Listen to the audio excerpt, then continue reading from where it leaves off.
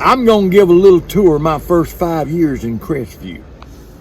5, 6 years. It happened in the early 60s. I don't know whether I was in the 8th grade, so if you take 5 away from 67, it'd be about 62. We moved here summer of 62, 61, something, I don't know, from Alabama. We had lived out in Baker. Daddy pastored the Shady Grove Church out there from 57, 58, and we moved to Panama City and then moved off up in the edge of Alabama. Had some churches, but we moved back here in 62, I think it was. And I'm going to show you the house we moved into. We moved into that house right there back in the early 60s, about 62. 492 Texas Avenue. I think it's Texas Parkway now, but back in the day it was Texas Avenue. Big old 3-bedroom house. 1 bath. Kitchen, dining room. Had a big lot out back. Me and my brother planted our first garden out there. A black man come by with a mule, with a breaking plow, and Daddy hired him to break us up a garden out back. And we planted it. We didn't know nothing about gardening. And we planted it so deep it didn't come up, and Daddy had to get out there and show us how deep to plant. So we got 2 plantings in one out there. We planted it good and deep so it'd come up. But you don't have to plant deep. You just got to get them covered and get a little moisture on them. That's where we lived for a few years until Daddy built a house up there on James Street. I think Gerald Anderson lives in that house now that we built in the early 60s. That's where we first moved. We were 1 block away from the school. I'm going to show you the school where I went in a minute, graduated from. But we was 1 block from the school. I walked home every day for dinner. That's what we did back then. I walked home every day for dinner. We had 30 minutes. I come home and was back for dinner. And this is the way we'd come through some school back then.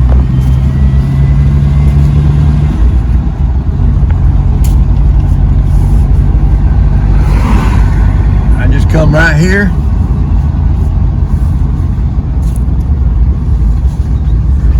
Come right through here.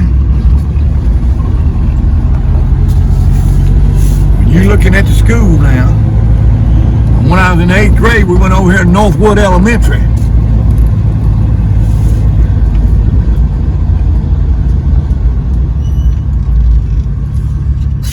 I was in 8th grade. Gail Clary was my teacher. I think she married Mr. Davis. Gail Davis. We'd walk right through here. Some of this stuff wasn't here. There was an opening right here at that time between the 2 schools, and I walked right in there, and that's Northwood. They've added a few classrooms out here out front, but we went right through there. And the First Assembly girls, what we call them, there were some benches right along there in front of the gymnasium right there. Shirley Milligan and the Brown girls, Shirley Milligan and all them, ate dinner right out there. That's where they ate lunch every day. We called them the First Assembly girls. A bunch of them went to First Assembly together. That's why we call them First Assembly girls. I'm going to take you over here and show you the 8th grade school. Elementary, it was Northwood Elementary back in that day. Just come right around here. Now all this playground equipment wasn't here. And them classrooms right there wasn't here. And the school started right along here, I think, back then. It's been so long ago, I really can't remember. Didn't have all this fencing up.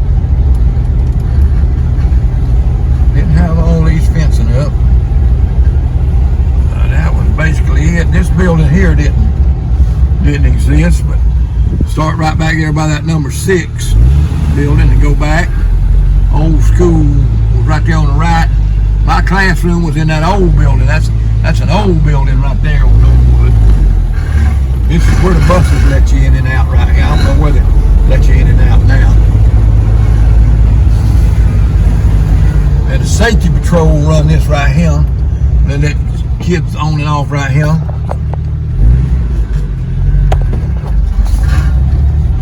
This parking lot didn't exist right here.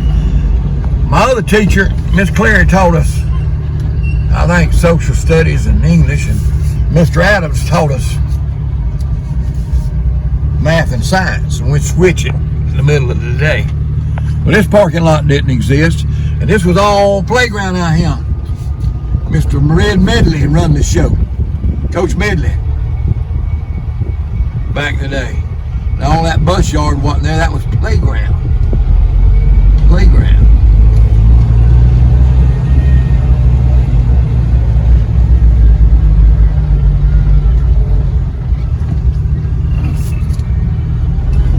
That was all playground.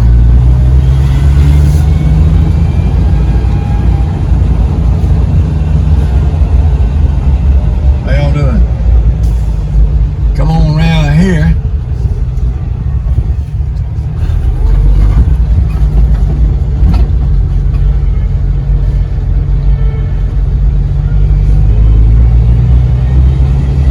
There used to be a fence that went around this hill bus yard down here, and there was a tree back yonder, probably about somewhere between that sycamore that's falling down there and that other tree over there above them buses, and that's where the smokers went.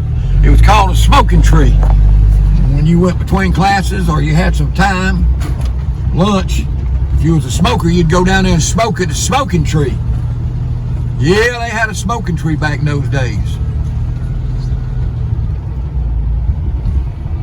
Bus yard was smaller than that. Now, that was basically the 8th grade school. Now I'm going right around here and show you the high school. Now the old school is that wing right there, and didn't have no air conditioning in it. Had convective ventilation. They got windows over the top on the right hand side and windows down here at the bottom, and you open them up and they'd get a cross ventilation going through there. Hot air rise up top and cool you off a little bit. No air conditioning. And this new brick building right here, number 11, somewhere right along in there, the band room set. And Lou Lindsay was the band director, and his brother wrote the Go Bulldog song. Was his name Brian? But he was Mr. Lewis Lindsay's brother. He was the band director at that time. He was a fine fella. I cut his grass to get to go on a mini band trip. He'd overpay me to cut his grass. He's a good man. That's where the band room was. And that was the old school there. And we went to school there. Miss Schaefer, Miss Newton, Wild Bill Hollis, Lonnie Bird, Miss Brown. Doug Griffin was assistant principal at one time here. Cat Taylor. Bob Hamilton was the principal while I was here. Bill Hamilton. But when he'd answer the phone, he'd say, Bob Hamilton. I'm just waxing nostalgic.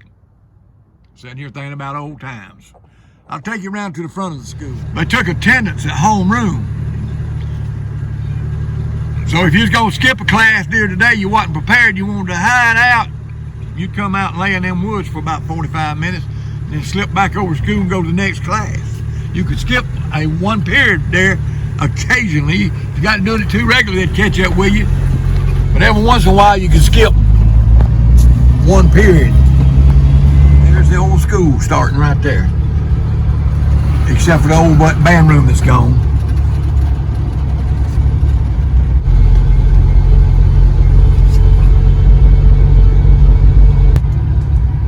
Now all this bus pick up, drop off stuff wasn't here back in the day. There was a sidewalk somewhere along here and all this was parking. You could park your car here when you come to school. This was parking. But you just went right down there. This was the old school. Right down through here. Library was sort of right here on the end.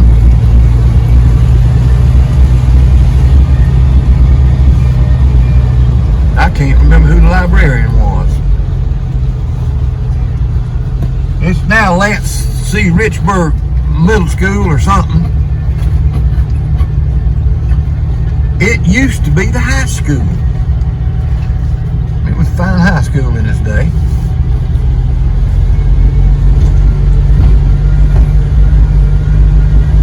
Right there's the main office. Now, Lance Richburg, that part's been added on. That wing right there went all the way through. And they didn't have all that covered up. You walk straight in there. This was the main office. You walk straight in there to the principal's office. And gymnasium right there, that tall building on the right. This thing wasn't out here. This front building wasn't out here. The brick building wasn't out here. Stucco type building was here, but it's brick. All this brick's new. All these gates are new. That's the school, though. That's the school. That's where I went to school, graduated. In the top 10% of the bottom third of my class. 1967. Now, right here is where you went to school. Went to PE when you was in high school. You dressed out and you jogged across the elementary playground out here. And you played flag football, softball, a little bit of everything out here. We had to stay at the gym. We all played basketball. And I don't think that block wall was there during that day. It wasn't that level. It was level. It sloped pretty good. I don't think that block wall was there back in the day. It's now a bus parking yard apparently. But that was our playground, PE, whatever, back in the day.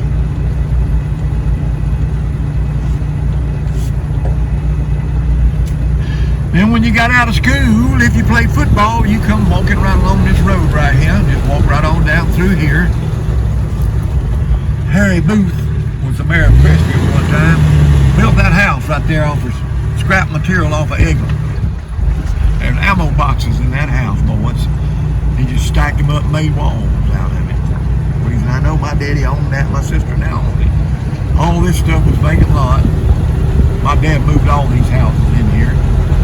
We got a little rental complex here. But you walk right on past this mess down here. Right here. And you come into a chain link gate right here. Now this sidewalk junk wasn't here. And this paved entrance wasn't here right here. But you just come right in through this gate right here.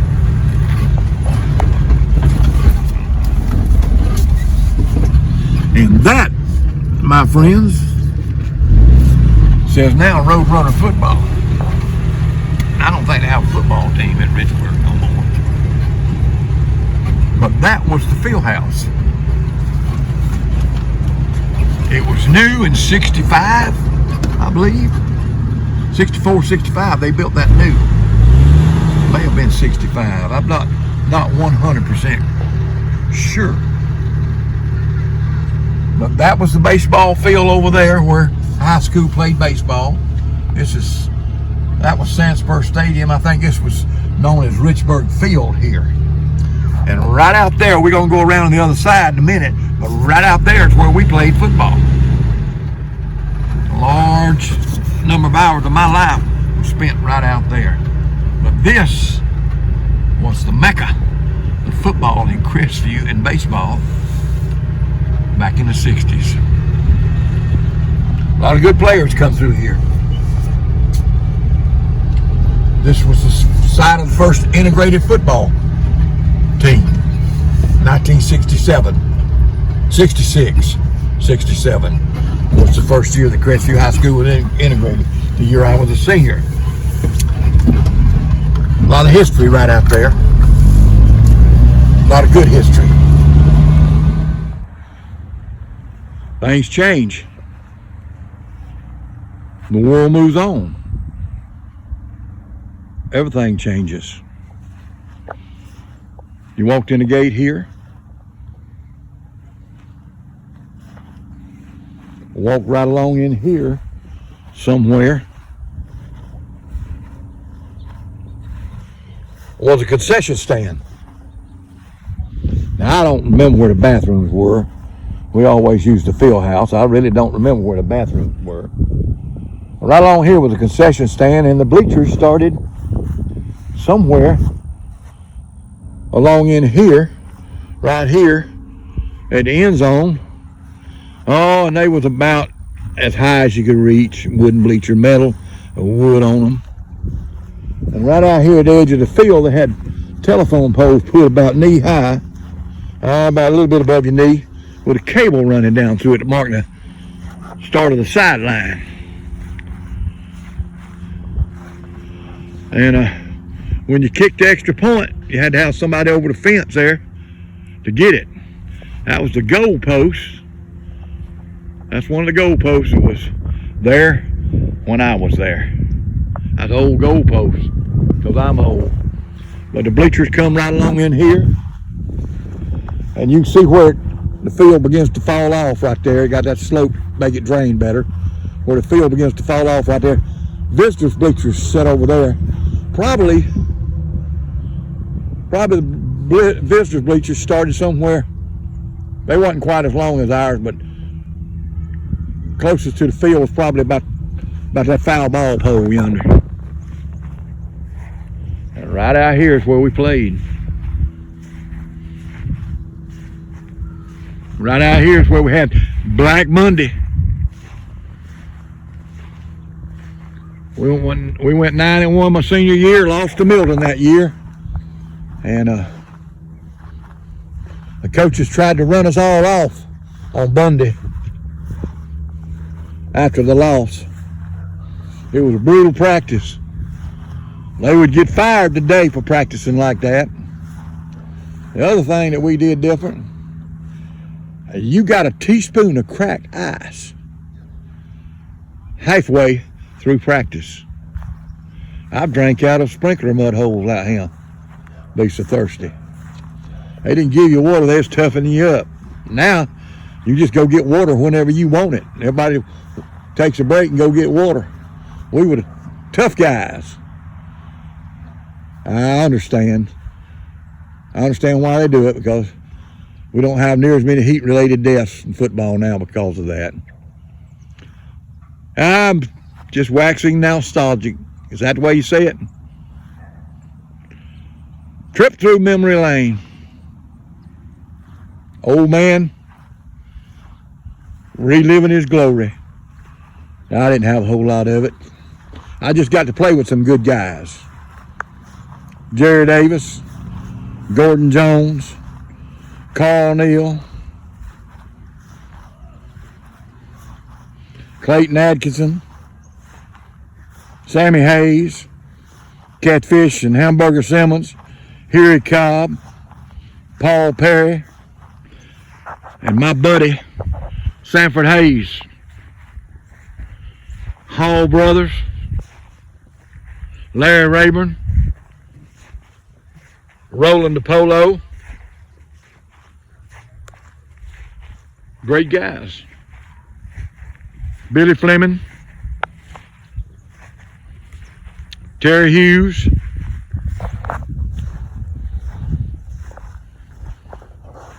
Hunter Campbell's dad come along a little bit before my time. I remember him playing. He's a lineman. Bill Parker, and some fond memories. One of the things that I can remember was Bill Parker was the running back. James Wade was the coach. And they sort of run a version of the old single wing a little bit. Had a spinner back. Bill Parker was a spinner back. Bill Parker was a good player. He was an excellent high school player. His daddy WT was the loudest man in the stands. You could hear him all over the stadium. And a lot of people told me, you remind me of WT Parker because you loud. I'm not saying anything nobody else says. I can just say it louder than they can say it. So, that's the way WT was. But I had some good memories of here. Marched in the band my 9th grade year out here. Was in the marching band. Then after that, I was in the concert band. Now, I wasn't a good football player and I wasn't a good band member. But I did get to be part of some good organizations.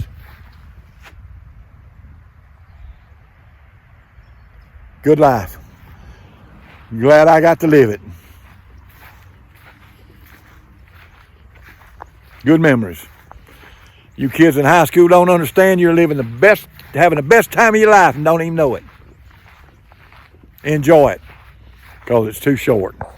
Well, I made this journey with you.